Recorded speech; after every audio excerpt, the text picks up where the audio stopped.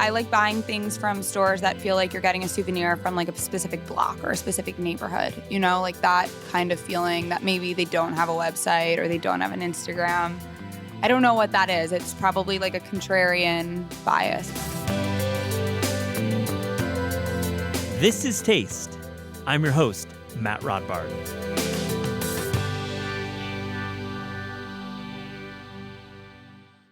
Emily Sundberg has a knack for writing stories that get people talking. The freelance writer and mind behind the business newsletter Feed Me has an expert eye for trends in the food space and beyond, like the return of whole milk and the rise of the Shoppy Shop.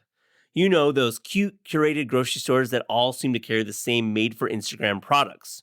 We wanted to have Emily back into the studio to talk about the year in food and drink retail, the products, the trends, and all the media that flows around it. Emily is truly one of our favorite voices on the food internet and really online in general, and we were so excited to have her back into the studio. I hope you enjoy this conversation.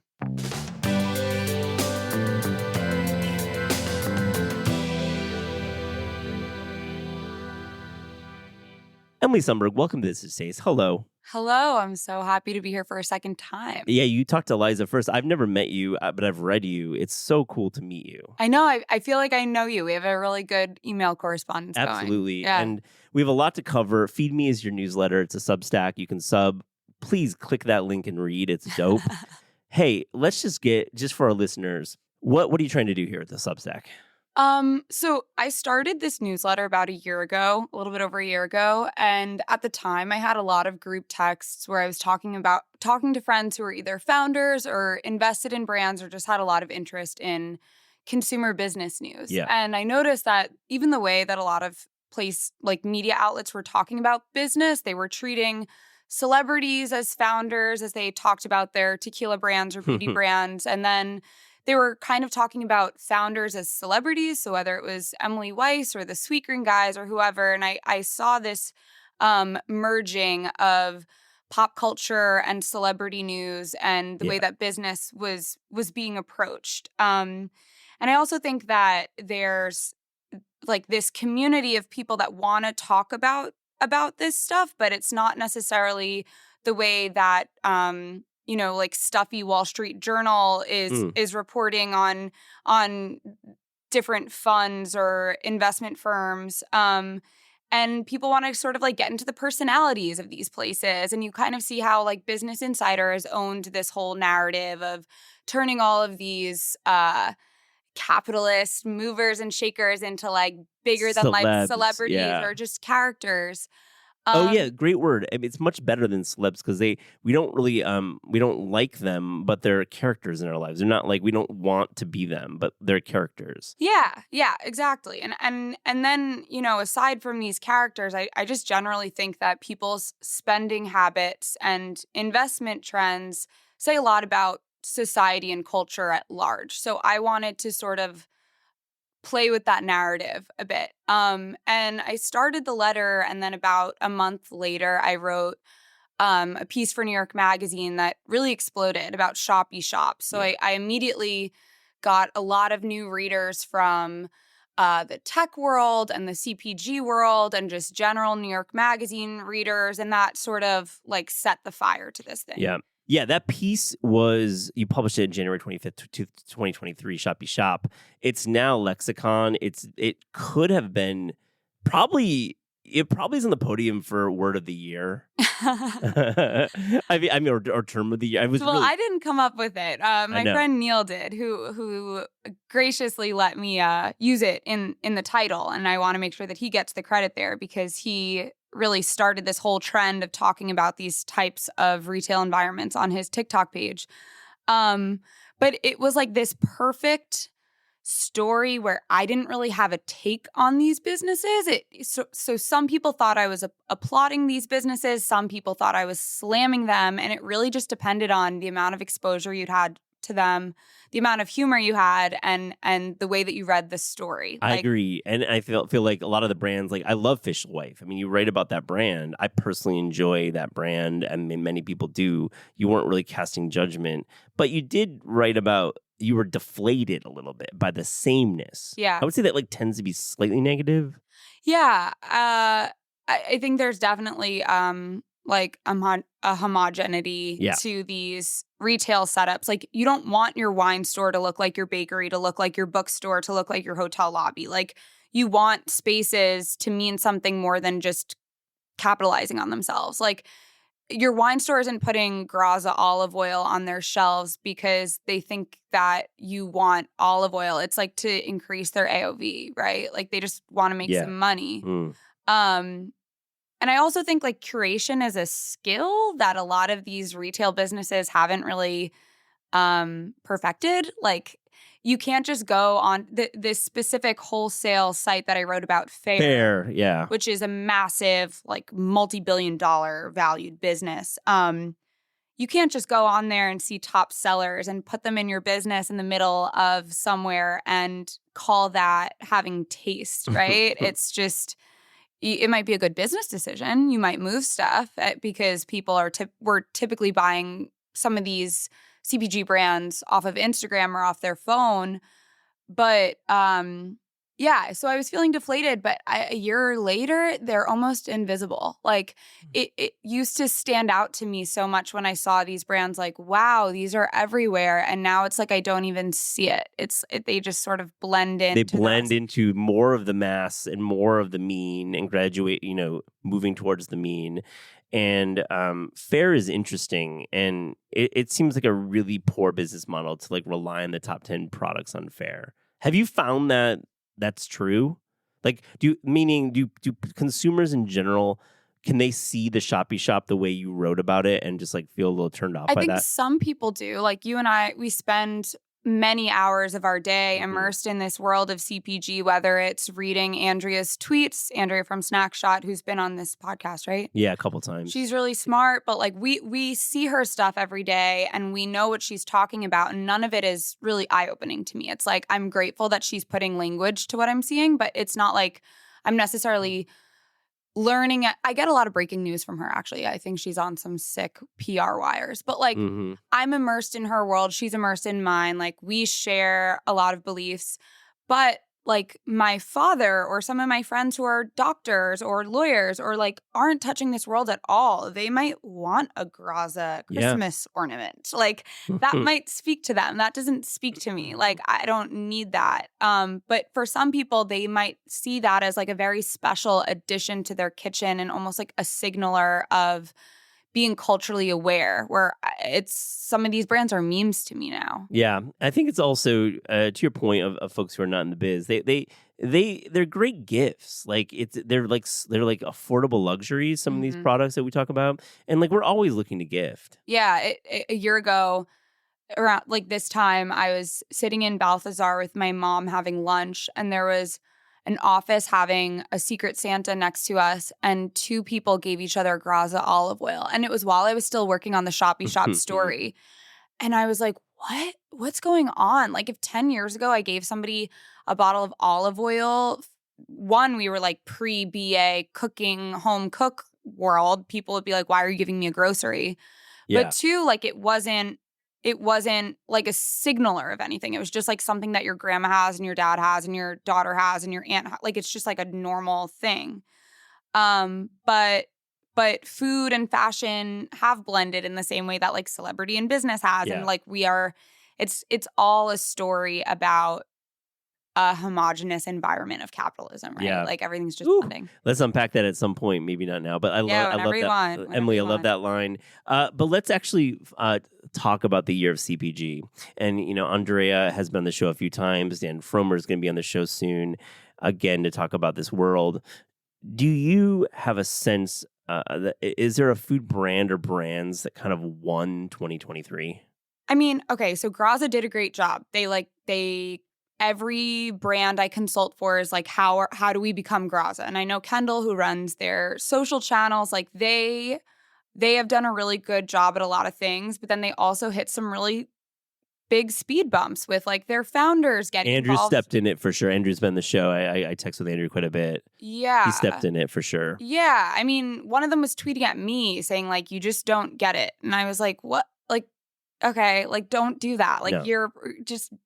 so things like that. I feel lessons were learned. in the I Graz hope so. HQ? Yeah. Yeah.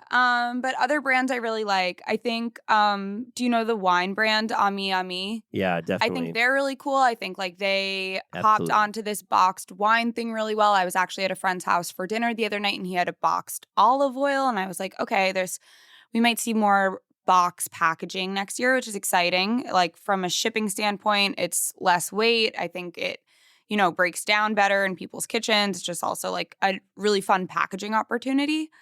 Um, I think that Big Dairy has been doing a good job. I've seen like a lot of hot blonde influencers promoting doing stuff for like the American Association of Dairy. Yeah. So and I wrote a story about whole milk a few years ago for New York Magazine, which also touched a lot of nerves. I see milk in a lot of marketing right now. Like I saw Hailey Bieber's lip gloss brand last night post like a photo of milk with their like milky glazy moisturizing product. So I think people have caught on that milk has a lot of emotions attached to it, and now the Dairy Association is like catching up to that. I would say too that the Wisconsin Cheese Board has done a really nice job as well, like as like an adjacent industry in marketing domestic cheese, and Vermont as well. It's pretty cool to see. Yeah, Vermont does a great job. I follow some of their some of the people in, I guess, like in that work in agriculture for the state, and they do a great job of talking about their farmers.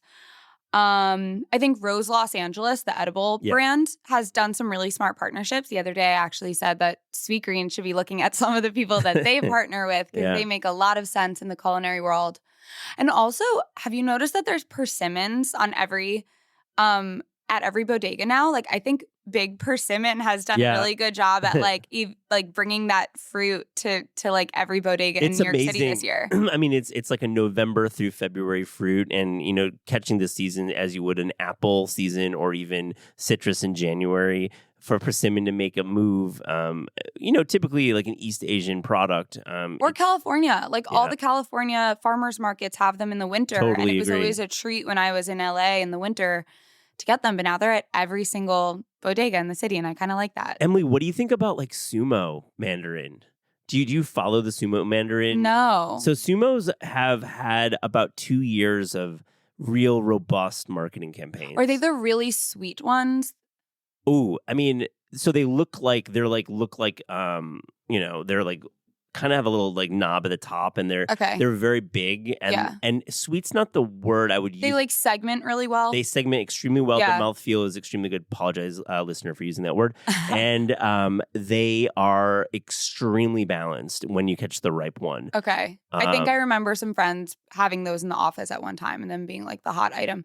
Yeah, it's funny when that happens with produce. Like I was at a Christmas party over the weekend and they brought out the oishi strawberries and how like fruit can become a hype item, but it happens. It absolutely does. I feel like apples need to, William Mullen, great dude. He's the best. Been on the show and, has done great work with apples. And I feel, especially being New York State, amazing apples. Okay, on the flip side, so we talked about some brands that are working. Let's just be real. Are there some CPG brands that maybe stumbled a little bit in 2023?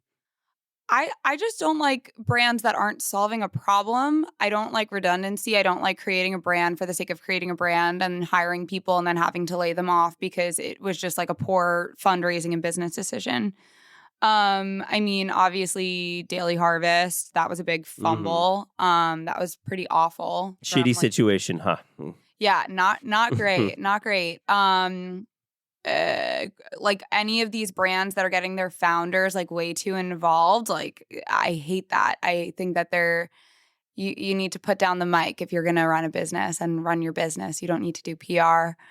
In reference to the Graza situation that we were just talking about. Yeah, when the founder becomes the story and not the product, it obviously is problematic. And I think risky. You can steal a couple headlines in certain business pubs or maybe get on a podcast, but ultimately products should be dope and they should be focusing on that. Yeah. I'm getting pretty fatigued by energy drinks and like canned coffee and alt milks. Like I think we're like we've missed the point on those. None of those are solving problems. Just people being like, I can do it too, with nicer packaging. Did Celsius just destroy the energy drink category? I drink so much Celsius. I know, and They did. It's a good product for sure. I drink Red Bull too. Sure, I love Celsius is good. I don't drink a lot of it, but it's a good product. But like, if you're doing boutique Celsius, you're kind of fucked, right? Totally. Yeah. Yeah. It's interesting. But Prime seems to be doing well too. Oh yeah, Prime. Forgot about that one. And also that Panera energy drink. Like, I hope it doesn't leave shelves before I try it. But I do kind of feel like I'd be somebody who would die from it. Yo, there's a Panera like literally across the street from I'm this gonna go. office. It's right, and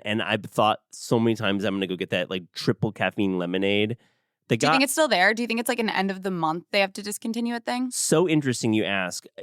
It seems that they were very adamant that they were not removing it from shelves. Okay, I'm going to go after this. Try and hit me on the text with that because I want to know if it's there. Because listen, like, what a great opportunity for them to like not take it out of their fountain. Yeah. the fact the guy died, which is really sad and terrible news that somebody died from drinking this, but he drank like 6 servings. Right. I mean, which, yeah, that's going to happen. It's going to happen, yeah. I guess I'm like not really a snack person. So some of these, Stop it. I know.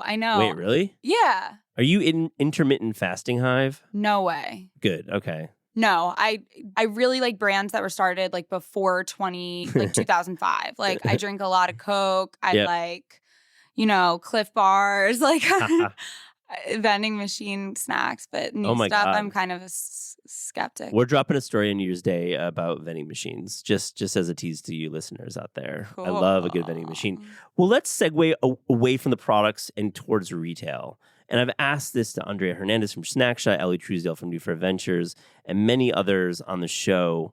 But what like indie food retail or even big box food retail excites you, Emily? What do you categorize as indie food retail? So I would say Foxtrot Never and been. lower would be considered indie. So like under 10 stores. Okay. I'm saying it could be like a Okay, you know store. what? I went into that store, Happier Grocer, the other day. Nice. And I went to this resort in Grand Cayman recently called Palm Heights. Same owner. Oh, wow. Cool. Did you know that? I followed your Palm Heights coverage. Great shit. Super fun. If you guys want to blow a ton of cash on a resort, it was worth it. Yeah, it's good. It's why your letter is nice because it definitely breaks away and you do like little micro themes. It's fun. So they're behind Happier Grocer. Happier Grocer. Happier Grocer. Yeah, I know the name. So it's on Canal. It's on the west side of Canal. And they have, I would say, everything they carry is in Erewhon. It is like the closest thing to Erewhon that I've been to in the city. And I walked in ready to hate it. And I really liked it. Yeah. I don't know if I can go back because it's just like, it was so, I think I need to wait a little bit because it was so shocking that existed right there. Like right by the 1-2 stop on Canal. So then I went to Palm Heights, and after I went to Palm Heights, I was like, who the hell is behind this group? And the more I researched it, it's this parent company, like a holdings company called Happier People. And they have Palm Heights, which is the resort in the Grand Cayman. They have Happier Grocer, which is a one-off? Which is a one-off so far. And then they like bought a skyscraper in Fidei that they're trying to get some cool businesses to get into for low rent and also create a co-working space. And then they also have like a restaurant event space in Bushwick.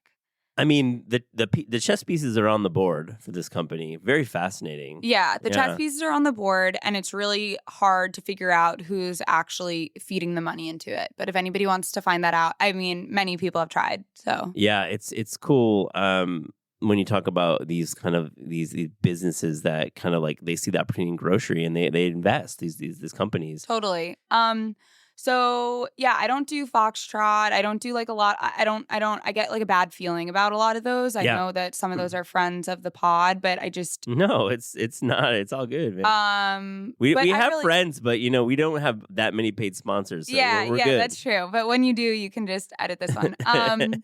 I live in South Slope, Brooklyn, so I really like this place called Posto Italiano, which is like a really cute Italian market. I also like Russo's, which is a really great Italian market. There's a Mexican deli near me called Reyes, and they have a lot of like house-made hot sauces that I really like. I I like buying things from stores that feel like you're getting a souvenir from like a specific block or a specific neighborhood, you know, like that kind of feeling that maybe they don't have a website or they don't have an Instagram. I don't know what that is. It's probably like a contrarian.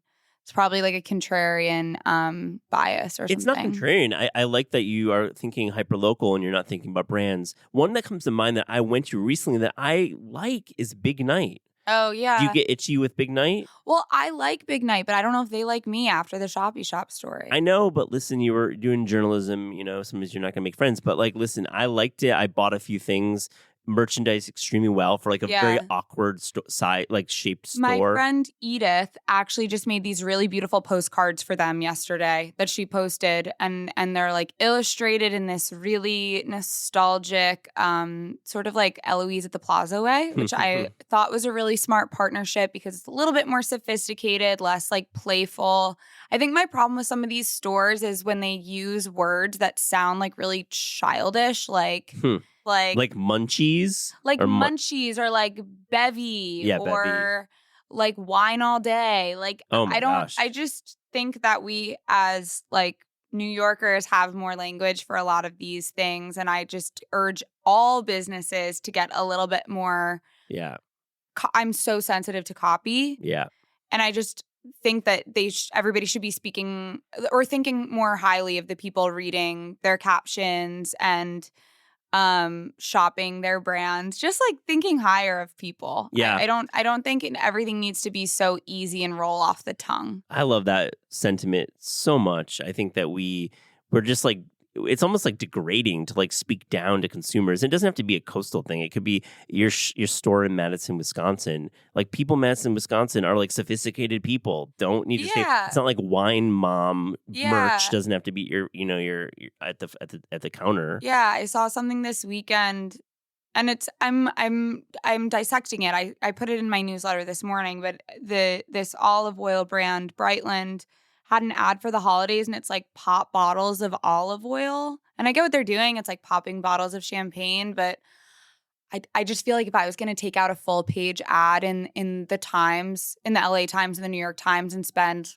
$250,000. Yeah, $250,000 or more. I would probably spend some of that on like hiring a really great illustrator and maybe make something that people might even want to like frame, like make a beautiful map or a diagram or something that people could have in their kitchen forever and like extend the use of it instead of pop bottles. Yeah, no, it's cool. and you're not picking on Brightland at all. And that's why I love your letter. I love Brightland. I think that they do a great job. Great product. They also have a really great product.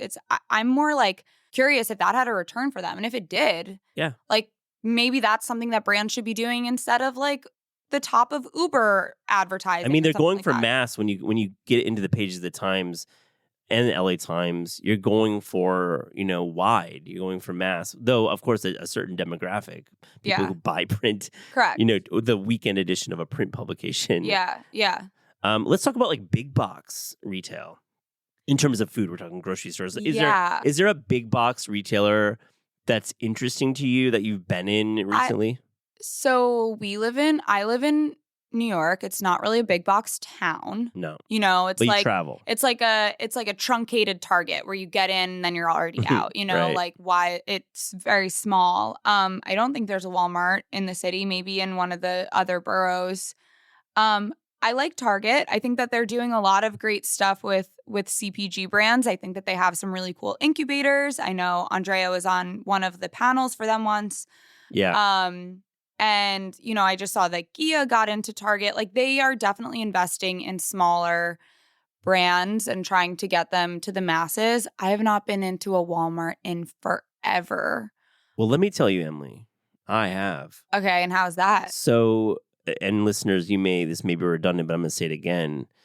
I was talking to Ben Van Leeuwen and another founder who will remain unnamed. And apparently Walmart pays really well in terms of like the way they operate and the way they treat baby brands. Yeah. So that's a good thing. I also like the way they merchandise baby brands. Yeah. I think it's really smart the way they do end caps with baby brands.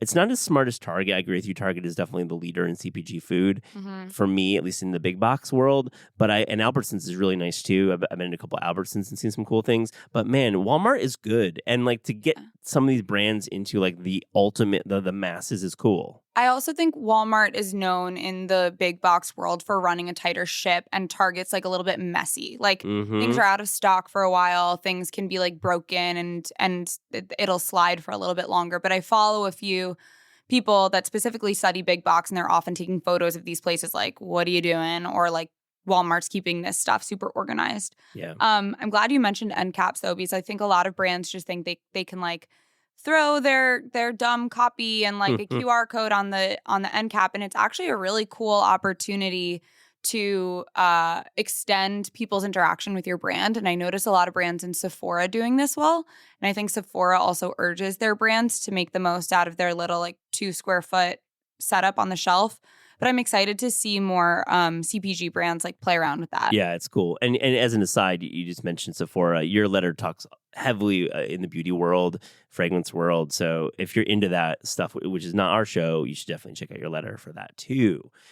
Okay, this is the media section of the conversation, because you really are a keen observer of media, having worked at New York Magazine, having done both sides of the coin, really, leaving brand and editorial. I'm going to ask you, isn't there just this huge opportunity? We just like talked the last like 30 minutes about CPG. We talk about Andrea a lot. Shouldn't like there be a big, cool like food product, like media company? I don't know if anybody should be starting a media company right now with all these layoffs. Like, True. I think that people like Andrea or even Dan, who you said is coming in, and like CPG Wire have a lot of opportunities to showcase the voices. BevNet does a good job too. Yeah.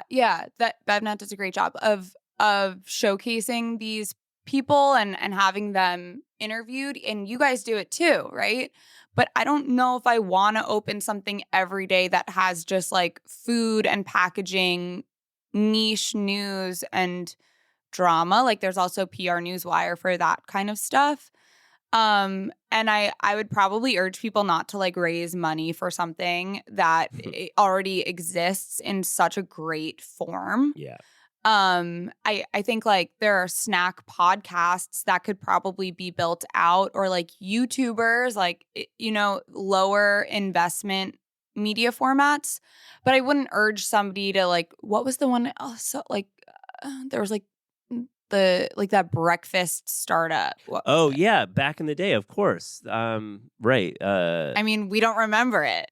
And then there's like Eliza's doing something really cool with her cake scene, right? Yeah, she's doing something fun. It's a smaller media project. It's getting a lot of different perspectives in there.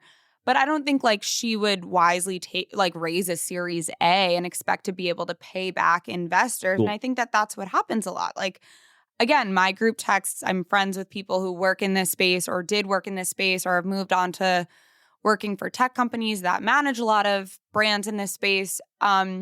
And we tumble over this probably every few months. We're like, hey, what would it look like if this brand started to do a lot more of this? Like if Grub Street launched a snack newsletter, that would probably be smart. See, that's what I'm saying. And I think just to respond to a couple of things. First, I'm like, when I said big, I probably should have meant like 2-person. Yeah. But like, I think there's just a huge opportunity because we talk so much about snacking. They're affordable luxuries. CPG is cool. It's just like a new thinking. You said exactly. Maybe there's more a way to do a podcast network around it. Maybe it's Grub Street does a snacks newsletter. I like that. And then in terms of like launching, like media is like low margin. It's like you can't put VC Series A stuff, money behind media. That's like we've been doing it long enough. It just fails every time. Yeah. It's a really hard business. Yeah. And I think that when you start relying on like a copy editor, a web builder, like a producer, it's getting expensive. So I think the ideal people to do it are the ones that have taught themselves how to build their own little world around themselves, like some of the people that we've mentioned already, and have them keep doing what they're doing and keep reading them and hope that the big guys that already have audiences are maybe hiring them to work on something. Next question. Yeah. What's happening at BA? You're an observer of Condé Nast. You definitely know people. What's your assessment of the next 12 months at BA? I have a hot take. I think that when people are asking about what's happening at BA and the future of that magazine, they're actually asking what happened to Adam Rappaport. I think that they really want to know how all of the test kitchen stars are doing, what they're doing, what they think about what happened. I don't think people are really hoping that the current BA wins. I think that the traffic numbers at the current Bon Appetit are probably upsetting, as are a lot of the Condé Nast brands. Vogue, Vanity Fair. I think GQ is winning. I think they're doing a really good job.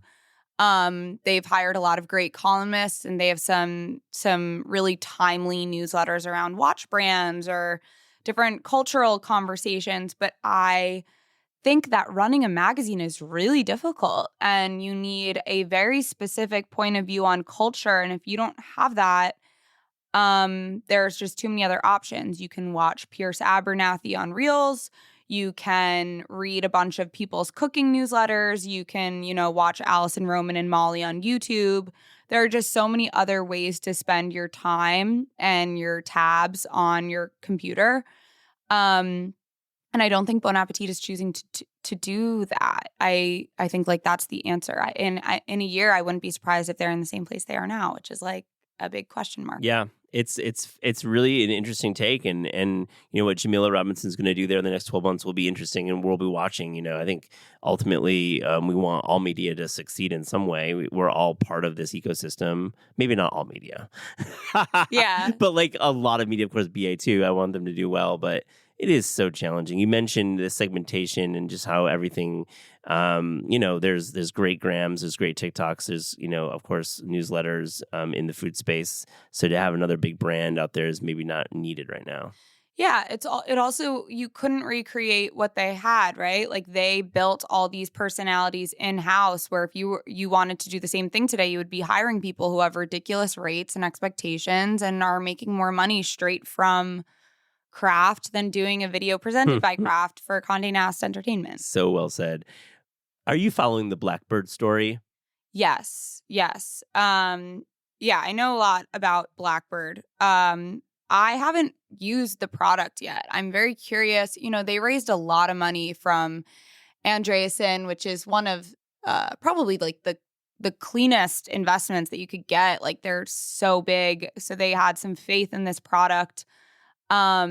Let's be clear. They had faith in Ben Leventhal. They have faith in Ben Leventhal. I mean, it's his thing, and yeah, his track record is pretty good. So yeah, I think they have faith in Ben Leventhal, and they probably have faith in the amount of data this product can garner over the next year or so, and maybe package it up nicely and sell it to like an American Express or a Visa or another card that isn't really doing this sort of spending research on their own, but would love to tap into like the benefits of a restaurant points product. Yeah. I think that's the idea there, like sell it to a card. Clearly, it's going to be a financial services company that acquires it, or it does a strategic investment in the next 18 months. I have used it. I was at Soupside/Upside earlier this week, and big fan. Yeah, it's cool. Noam is going to be on the show, and we're going to talk about Upside in our Pizza Week. Oh, whoa! I just broke news. We're going to have a Pizza Week in January. Hey, you got this far in the pod. Get ready. It's going to be great. We're going to have 5 interviews in 5 days. But I did it, and I got I tapped in literally into some brick of wood that was the QR. It was, I don't know, whatever. And then I got 2,000 of some currency, and I don't know what I can do with it. I really, Emily, don't really know Blackbird. The crypto startups are confusing. There's Blackbird, Tahini built TYB. Yeah. I think that there's a lot of people trying to own the customer loyalty built on blockchain thing. I hope more of them move away from using that terminology, because I think that there's just a natural deterrence to it. Yeah.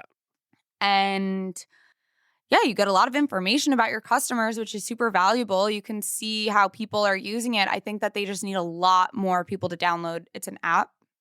It is an app, and it is loyalty. And Ben was on the show about 3 months ago. I'll link to the show notes, and he talks a little bit about the importance of loyalty and how this product, and he was kind of vague about it because I think he's still kind of figuring it out. But yeah, get in touch with your customer. That goes beyond the newsletter of a restaurant. Yeah, I mean, kind of the way. If they can transcend being this startup that some people have to tap in when they see that device at checkout or whatever, and they can somehow get to the other side of people waiting forever to get a Resi notification to go to their favorite restaurant, and are able to gamify that experience of truly rewarding people who love X restaurant, that'd be great. I just don't know how far away they are from Yeah. getting that level. Well, Upside does the $1.99 a year slice club. You get a slice a day plus, merch drops and events. I mean, my thought is like, what if there's a monthly event at a restaurant in your neighborhood? Totally. And you get to go to it, or it's like a 5 to 7 mixer, and they have like a cool like a speaker series. I don't know, something like interesting. And they're clearly investing in their editorial. They've had some really fun people. Oh yeah. Like Goots, who runs Byline, the magazine, and they had Adam Faze, who's really fun. Like they're getting some fun young faces. I'm just curious if like those people are actually using it once they walk away from the interview. Nice call on the editorial. I do really like their young editor there, and I do read Blackbird's editorial. It's good. So their list of like the movers in the industry was really, really solid. Yeah. Speaking of restaurants, like what's good for you in New York right now? What's good for me? I really like burgers. I go to Red Hook Tavern a lot. I don't live that far from it. I like JG Mellon. I like Minetta. I like Smash Burgers. Damn, Burger Hive. You're in the scene. Yeah, I like, but like I'll eat McDonald's or Shake Shack. Like I just really like burgers. I take a class on Wednesdays in Chelsea, so I go to this place, Mimo, on 23rd. Yeah. And it's like falafel and gyro and lentil soup and stuff. And I go there every Wednesday before class, and I really like it there. And then I live on have you been to Psycho? Oh, no. And it's on the list. I really want to check it out. Okay, so Psycho is this new Syrian, Korean place in Park Slope, and it's 1 block from me. So I end up going there a ton. Tamlee Technically Marion wrote a great piece about it, and I still haven't been. It's so tasty, and it's like when something's on your block like that, you end up going a lot. Absolutely. I love that you pronounce it gyro, not gyro, even though you're from Long Island.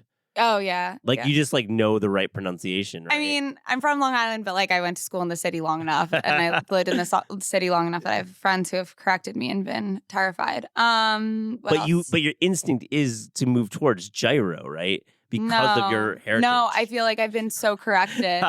I feel like I've been so overcorrected.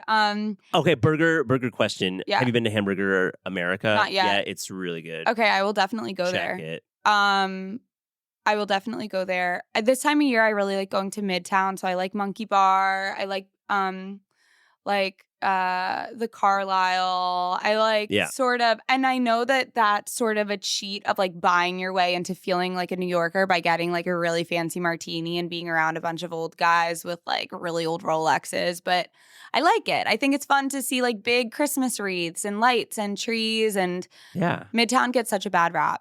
No, it doesn't. It's amazing. I had Chris Black on recently. We talked about Michael's for like 10 minutes. What a great restaurant. Yeah, Michael's classic. So good.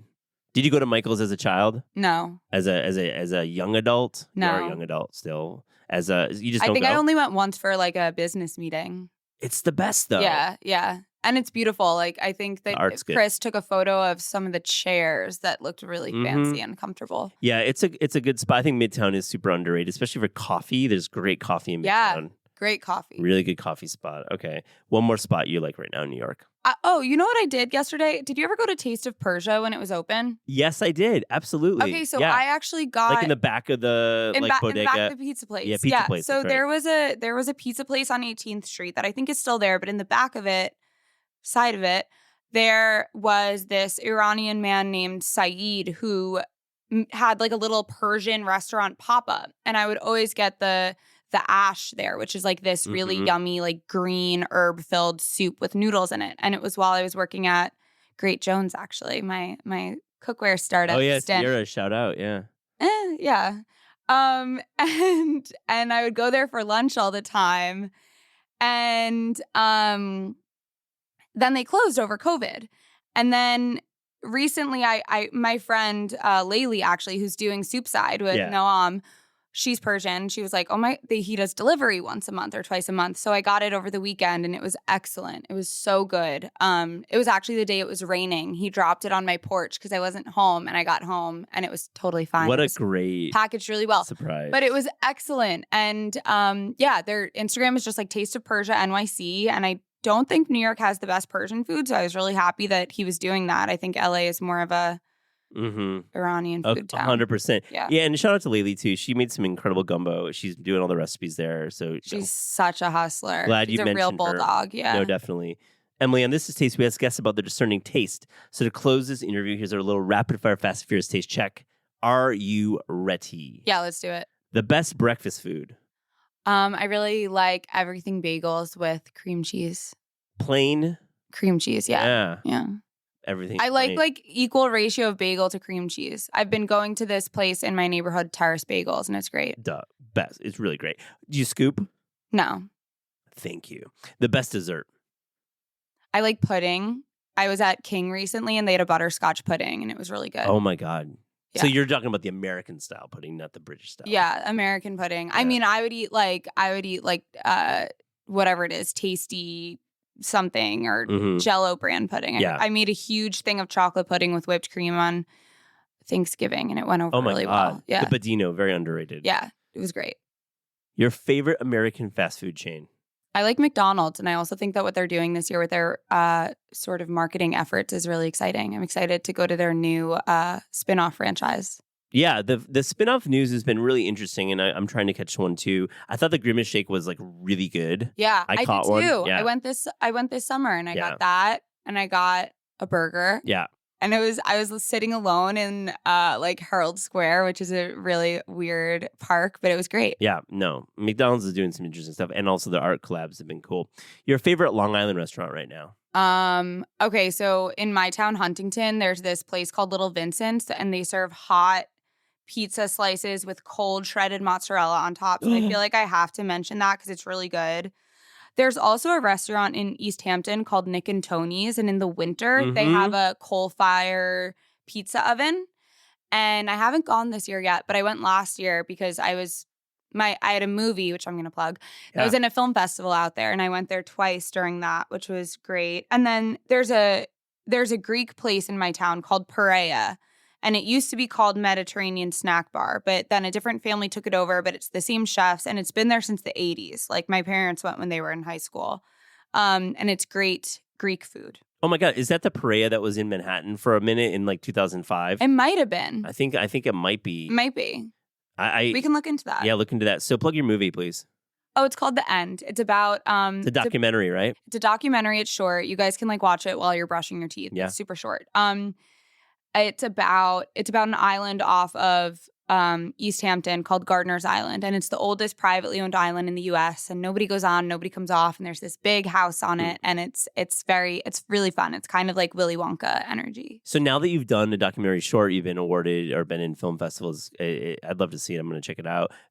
Do you like doing doc film? Are you going to work on some more things? Yeah, I definitely want to do more. I mean, the purpose of my letter, it's one is like to have this community and to have a creative expression, but the cash flow is really nice, and making movies is really expensive, and I hope that I get to do more creative projects in 2024. That's exciting. Yeah. So, do you have like a pipeline of ideas? I do. Yeah. I can't wait. Yeah. This is cool that you have that in your kind of like resume documentary filmmaking. Yeah, it's super fun. Couple more. Your favorite cookbook of all time? Oh, I have the Sophia Loren one. Oh. I mentioned this the other day in my newsletter, and a bunch of people emailed me like, are you joking? Like, is this a joke? Is this a bit? Because I guess on eBay, it's like $1,000. Wow. But when I got it at like a thrift store, and it was just there. And now I feel like that's the most valuable item I own. So tell me about this book. I'm familiar with this book. So Sophia Loren, like smoke show, bombshell, Italian woman, all of the photos of her, she's like wearing these corsets and like laying very provocatively in front of like tables of like pasta and cheese, and pretty much what every woman on Instagram right now doing like the pasta Instagram photos is trying to do, but like could never. Like the thickest eyeliner, the biggest hair. And all the recipes are really simple. They're like half a page each. And it's like, okay, did you make these? Like, where did you even find these? I love it. But it's a really fun book, and the photos in it are just beautiful. I love it. Favorite recent cookbook discovery? I haven't looked at cookbooks in so long. Yeah? Why? Yeah.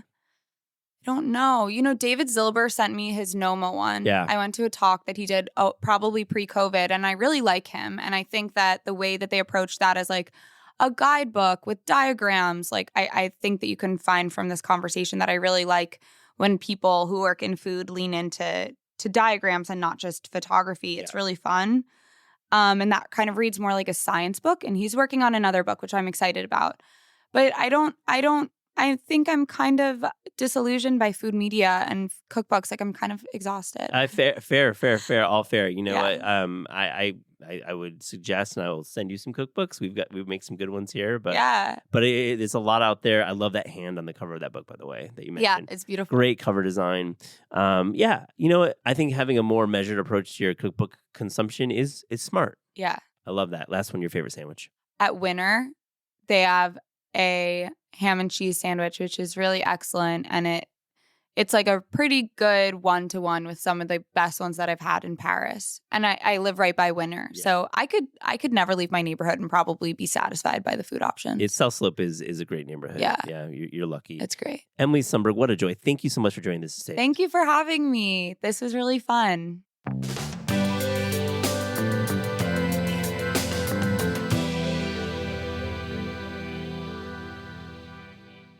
Let's get to the business at hand.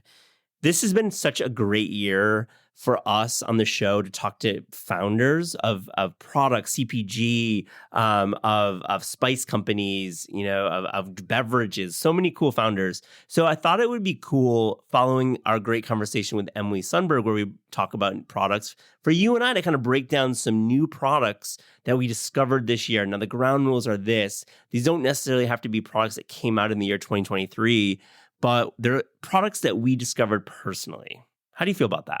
I'm into it. Let's do it. Let's do it. So you can start. How about you go first? Well, I interviewed Sana Javed Kadri, who does Diaspora Co. on the podcast earlier this year, and she turned me on to their pumpkin spice mix, Ooh, which yeah. I honestly have, not to be a contrarian, but I didn't really love pumpkin spice that much before. Maybe because I just don't like flavoring in my coffee. So the pumpkin spice latte to me was not really in my wheelhouse. But it turns out having really good pumpkin spice mix at home to cook with has been really fun. And I've been like cooking with it a lot. Been playing around with it. Are you what are you like leaning towards? Is it sweet or savory? It's this kind of gently sweet spice mix. I'll run you through the spices that are in it. It has cinnamon, ginger, mace, nutmeg, green cardamom, allspice, clove, and white pepper. Wow. So I've been putting some into oatmeal and yogurt in the mornings, but also like, that's not too sweet of a spice mix. So I recently was roasting some squash and I just kind of sprinkled that over it before it went into the oven. And it was very festive and delicious. Oh my gosh. I feel pumpkin spice gets maligned in every which way in food media and food writing. And it's nice to know that it's been reclaimed in a way. Yeah, I'm definitely reclaiming it. And I think it speaks to the fact that when you have like really great quality ingredients in something, like it's gonna shine. Very, very cool. What's your first thing? My first thing is a popcorn that I found originally at Pop-Up Grocer. And I bought the bag. It's Confusion Snacks. And I ended up just absolutely loving it. I ordered it 3 different times. And I got to meet the founder, Adit Patel, and he was on the show earlier this year. And I gotta tell you, this is like the popcorn of my dreams. My favorite flavor that he offers is mint chaat, but he also has a black truffle masala as well that I love. And you know what? It's just some of the best popcorn around. I love it. Have you tried it yet? I have not, but you've mentioned it before, and I love popcorn, so I think I might have to go like downtown to Pop-Up Grocer after this to see if they have any. You can do it downtown. He also is in Erewhon. If you have an Erewhon in your hood and on the West Coast in California, but just check it out. Confusion Snacks. It's a great product. I love it so much. What's your next one? My next one is from a brand called Kabi Foods that is like a Japanese pantry brand. For sure. And they have this soy sauce that they call umami dashi soy sauce that has bonito in the soy sauce. And it's so delicious. And I especially like using it if I'm making like a quick broth or like noodle dressing even. I think it gives you a really good base layer of flavor that's really easy to kind of like punch up from there. Oh my God. So let me ask you, is there like a go-to recipe that you make with it? If I'm poaching shrimp in something, like I'll just add a couple shakes of it to that to kind of imbue the shrimp with that flavor. Or like most of the time, if I'm just kind of like sauteing off some ginger and garlic and then I want to add water and do like a tofu kimchi soup, I'll just add a couple shakes of that. It's very potent. And I think it just like sets you up in such a good place because it's like a little sweet, very like salty and funky and umami forward. I love that. Where did you find it? Like, I'd like to get in the sense of like, where do you discover these new products? Well, this one I was lucky because Sanai Lamwan, who I interviewed on the podcast, who's a cookbook author and novelist, is friends with the woman who founded the brand. And so she actually gave me a bottle and was like, hey, my friend is starting this Japanese pantry brand. I think you would like it. And then I've bought it on my own through their website because I ran through that bottle. I love that. Yeah. What's your next thing? No surprise to anyone who has looked inside my fridge or has listened to the show. But number 2 for me is definitely Olipop. Olipop, I am extremely hive and addicted. It is incredibly satisfying to me. And I had Ben Goodwin on the show, the founder and the kind of the chief formula guy. And, I've been all over the spectrum of flavors. I've done his Dr. Goodwin, which is a Dr. Pepper. There's a great cola. I have a whole case of ginger ale. And what Olipop is it's probiotic soda. It's good for your digestive health. But also, I just like the way that the sweetness is balanced. It has a really nice carbonation level. And to me, it's just better than other sodas. I just really enjoy it separately from the health benefits. Yeah, I mean, I'm not a huge soda drinker, but it's hard to not have tried Olipop by this point. They're kind of everywhere. Yeah. And I think it's cool that like a brand has been able to break into that case because, I wrote about this on Taste about like all the new beverage brands, but it's a really competitive market and there's some huge names there. Yep. And this was one, there's like a lot of copycats for Olipop, and this is my choice. And I agree. It's a really crowded market. We have a lot of choices, but just check it out, man. I just totally gotta suggest Olipop. What's your last one? My last one is not a new brand, but it's something that has been new to me this year, which is Taiwanese soy paste. Have you tried that before? No. Maybe. Describe it. It's very like thick and caramely in color, and you can almost like dab it onto a rice bowl or eggs or something like that. I think the biggest brand for it is Kimlon, and I've been really into using it on everything. I mean, it sounds like it needs to be a staple in my pantry right now. Yeah, I was like house sitting for a friend who had it in their pantry, and I had never had it until that point. And then I was just making breakfast, and now I'm like eating it all the time. Do you have a third product to shout out? I do. And I have to call out somebody who I've connected with online, but I found him through his baked goods. It's Lex Evans Lexington Bakes brownies. They're fucking amazing. They're like really a fudgy brownie. There are many different types. I think he has maybe 5 or 6 versions, but I like the Fleur de Sol and the chocolate chip number 5. And it's a cool story, and I'm hoping to have Lex on the show eventually. He's a brand designer and a self-taught pastry chef, and he sells these $10 brownies. They're like legitimately a splurge. I mean, they're no joke, but you can heat them up in the oven, you can microwave them, or you can eat them cold. They're sold cold in the cooler section. And man, they are really, really good. They really hit all the elements in a brownie that I like, which is obviously chocolatey chunks. I like texture in it, but there's definitely like a really nice break. It like breaks in a cool way. When you break the brownie, it's like satisfying because it's solid. When you break it, it's like, whoa. I mean, I have to share them, to be honest. I don't eat the full one. And you get them in the grocery store? Erewhon sells it, Pop-Up Grocer. I've also seen them. I bought brownies at Foxtrot, and I'm going to say that my guy is probably going to be in Whole Foods at some point. I'm not sure if it's in all the Whole Foods, but I'm sure he will be in all Whole Foods. Well, I love a brownie, so I'll have to keep an eye out. It's such a good brownie, and he's just a lovely guy. I gotten to know him on social a little bit and read some of his media. And Lex Evan, and it's Lexington Bakes is the brand. It's really good stuff. I'll keep an eye out. Thanks for the rundown.